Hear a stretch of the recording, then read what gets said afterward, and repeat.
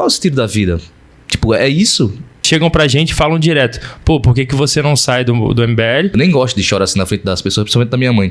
Mas eu lembro que eu cheguei em casa e desabei assim da minha mãe. Então, se a gente não transformar a mentalidade do nordestino para que ele vote de maneira consciente e consiga de fato exercer cidadania, a gente vai fazer com que o Brasil nunca avance. Porque a gente só vai mudar alguma coisa de verdade no Brasil quando a gente conseguir arrastar o Nordeste junto. Que a pior tirania que existe é a tirania consentida.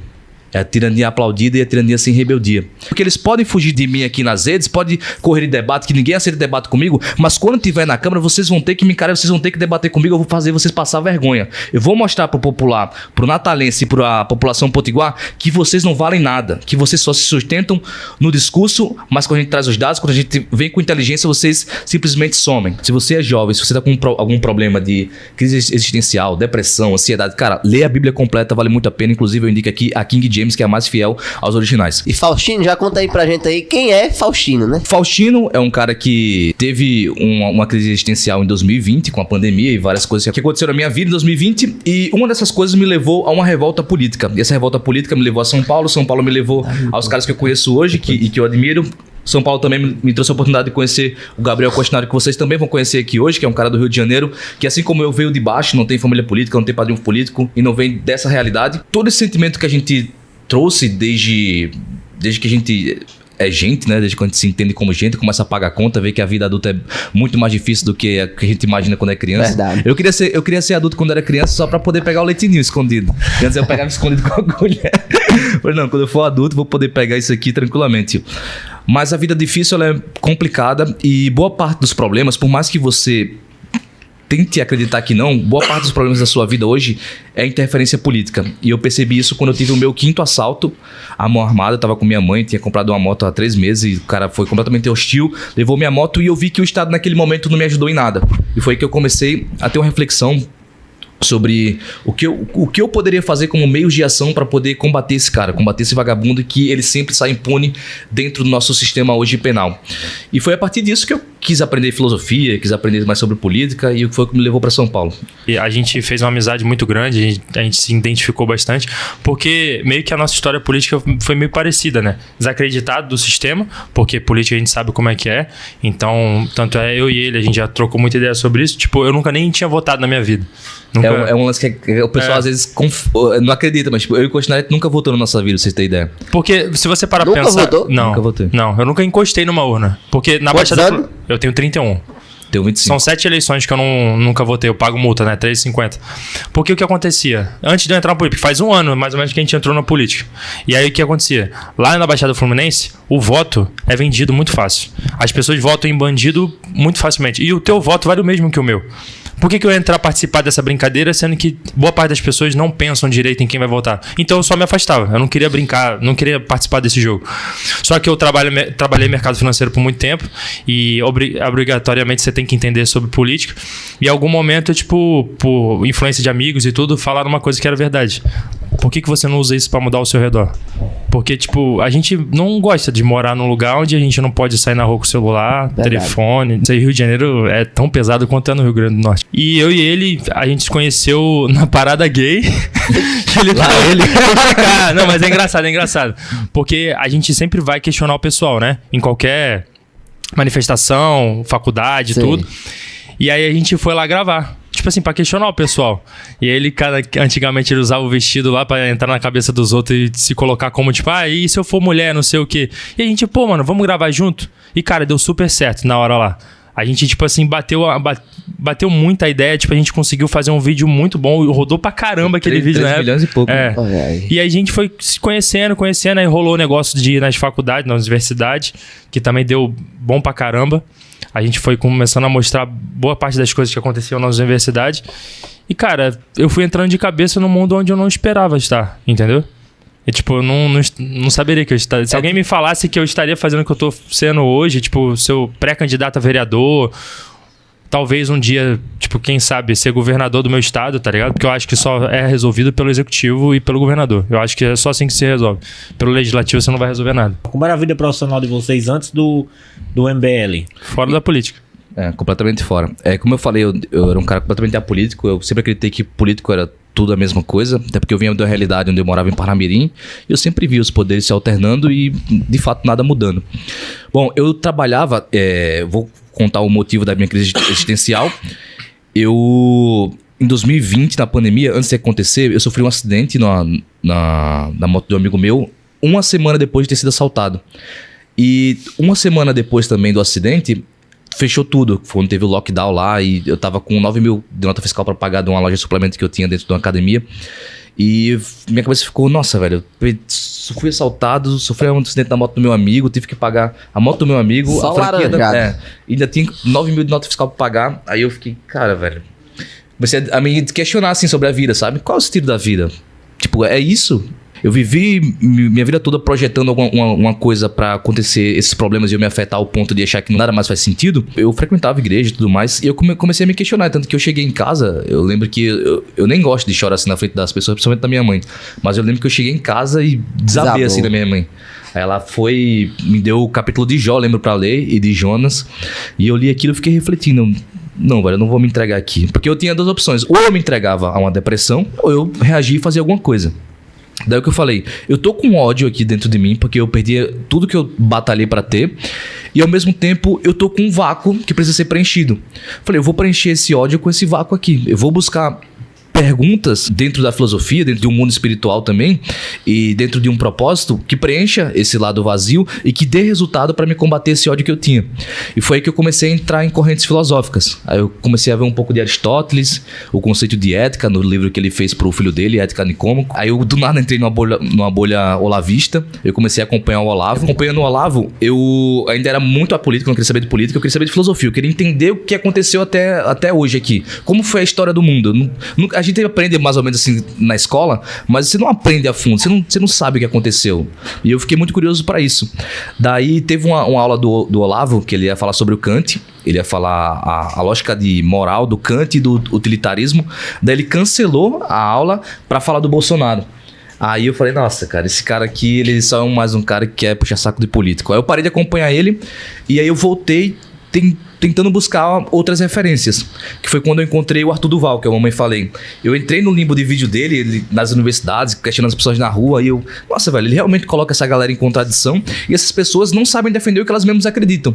Eu falei, não, esse cara aqui é um questionador, ele parece um pouco comigo. Nesse período, eu tinha ficado 2 meses, assim, sem fazer nada em casa, só estudando. Inclusive eu li 2 vezes a Bíblia nesse período. Foi uma das coisas que inclusive me abriu muita cabeça. Se você é jovem, se você tá com algum problema de crise existencial, depressão, ansiedade, cara, lê a Bíblia completa, vale muito a pena. Inclusive eu indico aqui a King James, que é a mais fiel aos originais. Daí eu caí na bolha do MBL, e foi logo quando lançou a Academia MBL. Nesse tempo eu abri também um delivery com minha mãe, que na pandemia tava tendo uma alta, né, delivery, o pessoal pedia muito comida em casa. Eu já manjava um pouco de tráfego pago na época, porque eu era atleta de fisiculturismo, e eu queria fazer minha carreira dentro da educação física. Eu queria me formar em educação física, eu já tranquei, e eu queria ser um personal. O cara que eu me espelhava era o Felipe Franco. Daí a gente criou isso, eu com a técnica que eu sabia já de tráfego pago, eu consegui fazer um lançamento que a gente deu um boom no início, conseguiu se tocar. Então, paralelamente à Academia MBL, eu trabalhava junto com minha mãe com esse delivery. Chegam pra gente e falam direto, pô, por que você não sai do MBL? Porque tem muitas tretas com a galera bolsonarista e tudo, e você não vai tipo, junto com o Bolsonaro, porque você vai ter mais voto. Provavelmente a gente teria mais voto. Mas por que você vai confiar num político que ele trai as pessoas que abriram as portas pra ele, que dá todo o apoio em troca de voto? Por que você vai confiar num político desse? E a gente não faz isso, entendeu? Porque, tipo, de certa forma, é uma família que abriu as portas pra gente, que acolhe a gente e protege a gente. Tipo, esse moleque aqui é um irmão que eu conheci nesse meio. Então, tipo assim, eu mato e morro por ele. É questão de lealdade. Política, a coisa mais valiosa que existe é a sua palavra e a sua lealdade. Se o cara rompe isso, meu irmão... Uma das coisas que o Bolsonaro tentou fazer é algo que o Lula faz muito na esquerda, que é qualquer força dissonante da dele, que venha bater nele, mesmo que seja do campo dele, ele vai destruir. E o MBL sofreu, o Derreta MBL, a gente perdeu bastante seguidores na época. Nesse momento, 2019, eu não acompanhava a política, foi o momento que houve esse rompimento do MBL apoiar o Bolsonaro, o MBL realmente derreteu, perdeu muitos seguidores na rede, mas é aquela questão, a gente se manteve resiliente. É realmente uma resistência moral. Porque o que o Costinário falou, se a gente se vendesse hoje, se eu e o Costinário, pessoal, vamos ser bolsonarista hoje, a gente teria mais votos, teria mais seguidores nas redes. E tem gente que... E é um negócio. muita da galera, tipo, bolsonarista, sabe quem são esses caras. Tanto é que nessa treta de Ricardo Nunes e Marçal, Exatamente. muita gente responde assim, pô, mas vocês estão falando que não é pra gente... Não a gente, né? Os caras lá. Eles falam assim, pô, mas vocês estão falando que não é pra gente confiar no Marçal, é pra votar no Ricardo Nunes, porque o Ricardo Nunes é o apoiado pelo Bolsonaro. Mas quem garante que o Ricardo Nunes não vai trair o Bolsonaro? Porque o Ricardo Nunes é centrão. Nunca foi de direita. Uhum. Então, tipo assim, eles estão acostumados já a perceber que tem uma porrada de gente que vai começar a colar com o Bolsonaro só pra ter voto. E fizeram vários isso. Principalmente o do MBL. Vários caras saíram em troca disso daí. Exatamente. E a gente conhece quem realmente tá por uma causa, quem realmente tá por fazer efetivamente alguma coisa pelo Brasil nesses momentos. Porque o cara que se vende por like e se vende, sei lá, ter mais voto por grana, esse cara ele não quer resolver um problema do Brasil. Esse cara ele quer ter uma fama de 5 segundos aqui, ele quer tirar um proveito dali e no final do dia, se surgir outro Bolsonaro, surgir um Pablo Marçal, surgir qualquer cara que apareça lá no futuro, ele vai fechar com esse cara porque ele não quer resolver os problemas reais do Brasil, ele não defende algo que realmente ele acredita. Ele defende aquela força hegemônica que aparece no momento e que vai gerar pra ele mais like, mais dinheiro, mais, enfim, mais privilégio. A gente tem um político parecido aqui, ele e o filho dele, que pronto. Lula tava no poder, ele era do grupo de Lula. Bolsonaro tava no poder, tava no grupo de Lula, que é Fábio Faria e Fábio, né? Que vocês sabem. Nossa, Eu nunca vi uns caras Bonitinho, Pior que ele sumiu mesmo, né? É bonitinho e bonitão, né? Na Odebrecht. pra mudar de lado, assim, ele vai do lado do interesse próprio, né? Não interesse da população, é interesse particular deles, que ele era do lado do Bolsonaro, agora já tá do lado do governo do PT. Você vê que as pessoas realmente não estão com interesse de mudar a realidade do nosso estado. Você vê que estão indo buscar algo pessoais, né? Que isso faz um mal. E mais, eu fico mais impressionado ainda porque o cara desse teve aqui no Rio Grande do Norte mais de 100 mil votos. Eu fico puto com isso, velho. Porque o cara teve quase 100 mil votos e a população básica não aprende, realmente sofrendo, e não aprende o cara desse ter 100 mil votos aqui. A Lava Jato pegou ele entre a saia, né? Os dois estavam na lista da Odebrecht. O Potiguar achou razoável o seguinte: o cara fez um dos piores governos pelo estado do Rio Grande do Norte, o cara tá envolvido na Lava Jato, o cara se candidata a deputado federal e o Potiguar fala: pega aí 90 mil votos pra você se eleger. É foda, por isso que um dos maiores problemas que a gente vai ter aqui no Nordeste, e é uma coisa que eu venho debatendo muito, não é só... a solução não acontece só, tipo, eu ser eleito. É muito mais uma questão de mudar a consciência das pessoas. Porque, pessoal, vamos ser sinceros, eu como vereador não vou fazer muita coisa dentro da Câmara Municipal de Natal. Eu vou fazer tudo aquilo que está dentro das minhas atribuições. Vou fiscalizar o Poder Executivo Municipal, vou propor projetos de lei que eu vejo que fazem sentido para a cidade, mas se a gente não mudar todo o entorno, se a gente não ocupar espaço na Assembleia Legislativa, se a gente não ocupar espaço nas cadeiras federais, se a gente não ocupar em algum dia espaço no próprio Executivo, a gente não vai fazer uma transformação real. E se a gente não trouxer um discurso que chegue na população da ponta, que ele entenda que, na verdade, o Robson Faria é um vagabundo. Aí eu... foda-se. Se quiser processar, processa aí. Se o cara não entender que o Robson Faria é um lixo, que ele não deveria nem estar na política mais, se a gente não fizer esse cara entender isso, a gente tá falhando enquanto projeto. Então, o nosso projeto é muito mais de trazer essa consciência para essas pessoas do que só uma cadeira por ela mesma. Até porque se fosse por uma cadeira, antes de voltar para Natal, o pessoal queria me segurar em São Paulo. E lá eu tava indo pra uma eleição, assim, muito segura, porque eu tenho muito seguidor de São Paulo nas minhas redes. E eu falei, não, eu tenho um senso de missão com a minha cidade, eu tenho um senso de missão com a minha terra. Eu acho que lá é o meu propósito, lá é onde eu realmente quero influenciar de alguma maneira. Porque aqui, no Nordeste, é um curral que realmente a esquerda julgou muito as oligarquias, e eles conseguiram vencer em cima disso. Só que hoje, não é que eles derrubaram as oligarquias e a gente tem uma esquerda dominante. Não, eles se juntaram com as oligarquias, então eles têm grana e ainda têm o poder ideológico do Nordeste. E o Nordeste são 54 milhões de pessoas que, via de regra, decidem sempre as eleições aqui no Brasil. Então, se a gente não transformar a mentalidade do nordestino para que ele vote de maneira consciente e consiga, de fato, exercer cidadania, a gente vai fazer com que o Brasil nunca avance. Porque a gente só vai mudar alguma coisa de verdade no Brasil quando a gente conseguir arrastar o Nordeste junto. Enquanto a gente não conseguir arrastar só o Sul e o Centro-Oeste ali trabalhando de uma maneira mais forte pela direita, a gente vai continuar nessas alternâncias de poder e eu acho que nada concreto vai ser realizado. Imagina uns jovens, igual a gente era lá na época lá, que olhavam para a forma como as pessoas usam o próprio voto. Como é que você vai acreditar nesse sistema? Não tinha como a gente acreditar nisso. A nossa consciência mudou no momento que você percebe que se a gente deixar isso acontecer, se a gente só se abster, a gente já perdeu. A gente já perdeu. Mas qual que é a diferença? Hoje, meu voto não vale mais 1. O voto dele não vale mais 1. Porque quando a gente tem uma rede social, quando a gente consegue influenciar a opinião de outras pessoas, a gente consegue mover muito mais. E essa que é a ideia. A gente tem que tentar cada vez mais se tornar replicadores de uma opinião sensata sobre o que está acontecendo. Então a gente tem que mudar ao nosso redor. Porque se não for assim, as pessoas vão continuar vendendo o voto dela por causa de R$50, porque o cara asfaltou a rua dela, porque o cara fez uma pracinha. E os políticos são assim. E as pessoas precisam ter consciência disso. E acontece. Demora, mas acontece. Tem uma porrada de ambulante lá, porque eles têm grandes problemas com o Eduardo Paes. Eles estão falando assim, não, ele tá dando as licenças agora, porque agora ele fez isso, né? Nesse final de ano ele tá distribuindo licença pra galera ficar lá na rua lá. Ele falou assim, não, ele tá distribuindo, mas não vou votar nele. Porque eles sabem que o cara tá fazendo isso só porque é no último ano, tá ligado? De mandato dele. Né? E essa coisa. É obrigação do político fazer aquilo ali. E quando ele faz no final da eleição, no final do mandato dele, você percebe que aquilo ali é só eleitoral. Então, tipo assim, cara, vota em quem você realmente acha que vale a pena. Não fica dando o teu voto por causa de nada. E tente influenciar outras pessoas. É isso que a gente tenta fazer, né? Existe até uma máxima que também não é só você votar no Novo. Porque no Novo no sentido de novas pessoas, não no partido. Porque vão entrar novas pessoas que também vão fazer práticas muito semelhantes.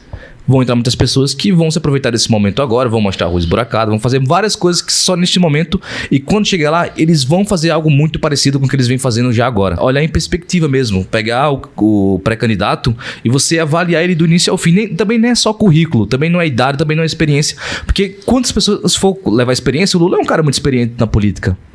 Mas e aí, o que ele entregou pro Brasil? Tem muitas pessoas que são muito experientes na política, o que elas entregaram pro Brasil. Tem pessoas com currículos excelentes, pessoas que foram para Harvard, o que elas entregaram na política. Então é muito mais você olhar em perspectiva o que a pessoa está fazendo, o que ela acredita e quais os projetos que ela traz, do que só votar também em algo novo. Então eu acho que o desafio de agora, e uma das coisas que eu gosto muito dessa nova resolução da Justiça Eleitoral, é que ter diminuído o número de candidatos ao Legislativo Municipal, porque aí você abre um leque maior para ter pessoas realmente melhores, porque às vezes qualquer pessoa, sei lá, queria fazer muito voto na minha legenda, pegava uma família inteira, o pai era candidato, o tio, o filho, todo mundo era candidato. Voltando para o que o questionário falou um pouco atrás, sobre a representatividade do que a gente representa hoje para as pessoas e o que, por exemplo, o PSOL representa. Para mim, um exemplo muito claro de falar sobre isso é, primeiro, olhar o mapa eleitoral deles, que via de regra são pessoas com muita grana que votam neles. O Boulos, para anunciar a vice dele, ele foi num dos bairros mais ricos de São Paulo, do alto de uma mansão, assinar com a Marta Suplicy. A gente desceu aqui pra lanchar aqui na frente e um cara desceu do ônibus e reconheceu a gente e quis tirar uma foto. Então assim, as realidades são diferentes e as pessoas, elas passam a admirar e querer acompanhar a gente justamente porque elas se identificam com a nossa realidade. Como o questionário falou, ele é um cara da Baixada, é um cara que veio da periferia do Rio de Janeiro. Eu sou um cara, minha família veio do interior do Rio Grande do Norte, veio da cidade de Riachuelo. Fui criado basicamente em Parnamirim e quando eu fiquei maior de idade eu vim para Natal para poder trabalhar aqui na capital. A nossa realidade é uma realidade que é mais povo, não povo no sentido de que, eu sou a favor do povo, de uma linguagem política. Não, é que realmente é povo. Eu tava pegando um ônibus todos os dias 2 anos atrás.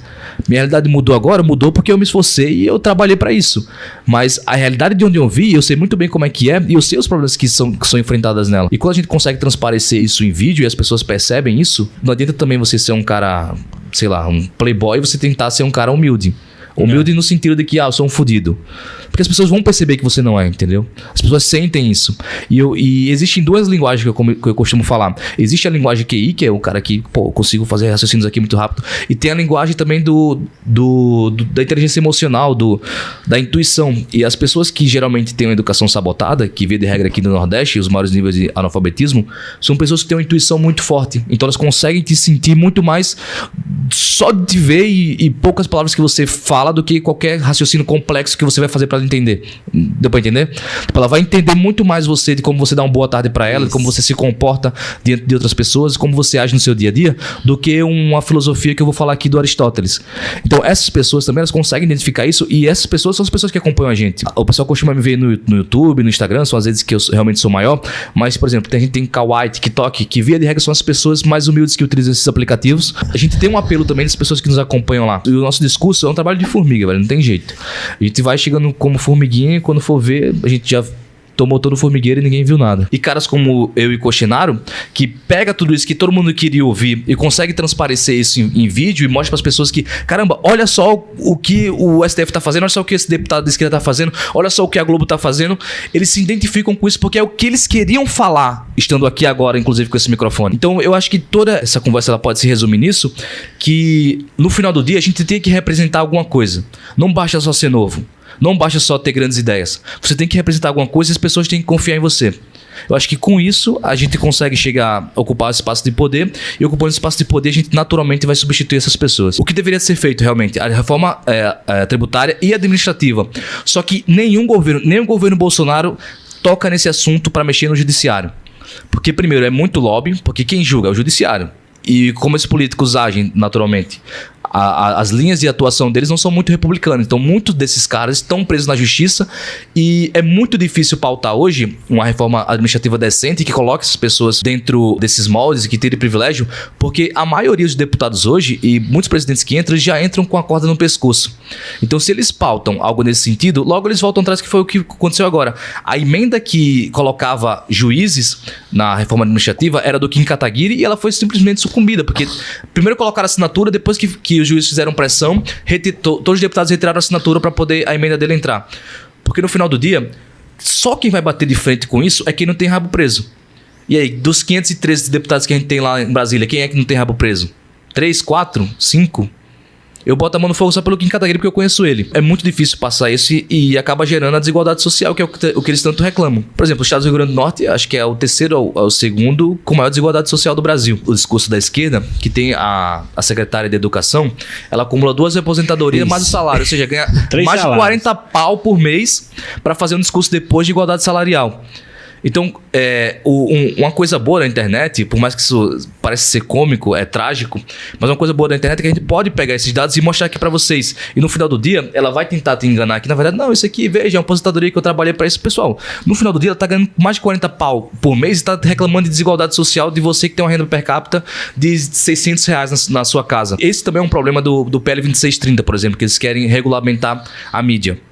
Imagina uma mídia regulamentada do que a gente pode falar ou não. Você acha que a gente poderia estar fazendo esse podcast aqui agora falando exatamente essas coisas? Não.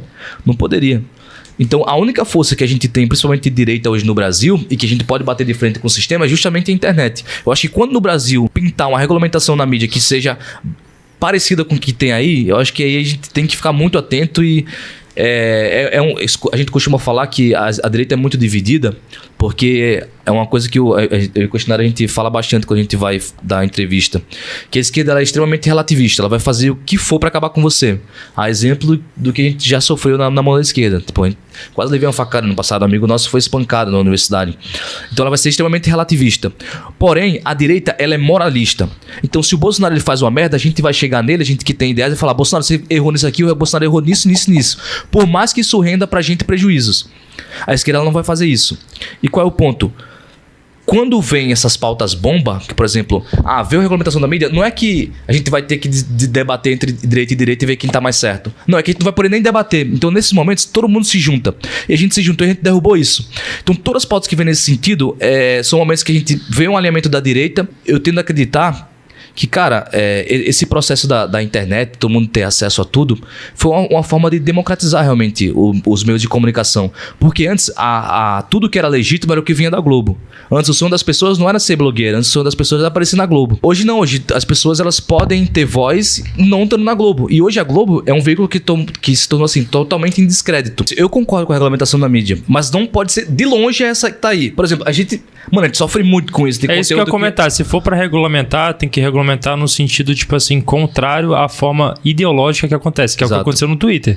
Mano, antigamente, eu já perdi umas 3 contas no Twitter. Entendeu? O TikTok eu perdi uma recentemente e eu consegui recuperar de forma judicial. TikTok, se fosse pra regulamentar, na real é pra proibir esse tipo de banimento, tipo, que os caras fazem. Que é isso que acontece. Mas o problema é que eles não querem fazer isso, né? Na real, eles querem, tipo, dar poder pra banir mais as pessoas. E eu acho realmente que a gente tá passando por um momento histórico.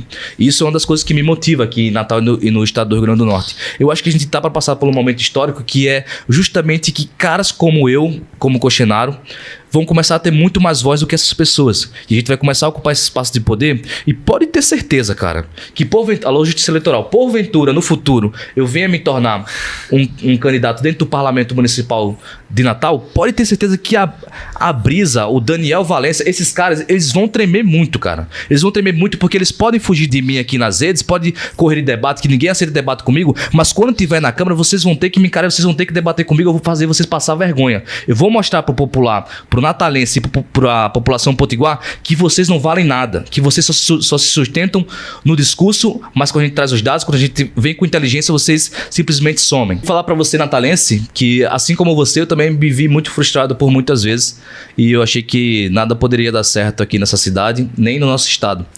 Porém, com muito esforço e conhecendo as pessoas certas, inspirando nos entendimentos corretos, a gente conseguiu transformar algo que hoje é uma esperança real.